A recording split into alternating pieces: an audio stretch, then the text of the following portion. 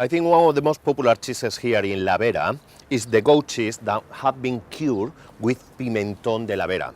But something I love as well is just fresh goat cheese and then finish with some pimentón. In this case, I will use the more traditional one, that is the bittersweet. And it's just slice some of the cheeses straight to the plate. One more. White nuts. And then just some pimentón.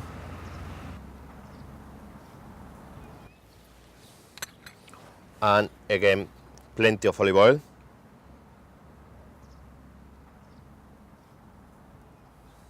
A bit more.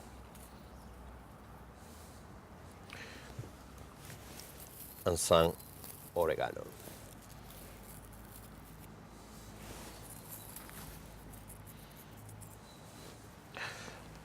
Very simple, but I'm telling you, full of flavor. Is fresh goat cheese here from La Vera with some pimentón.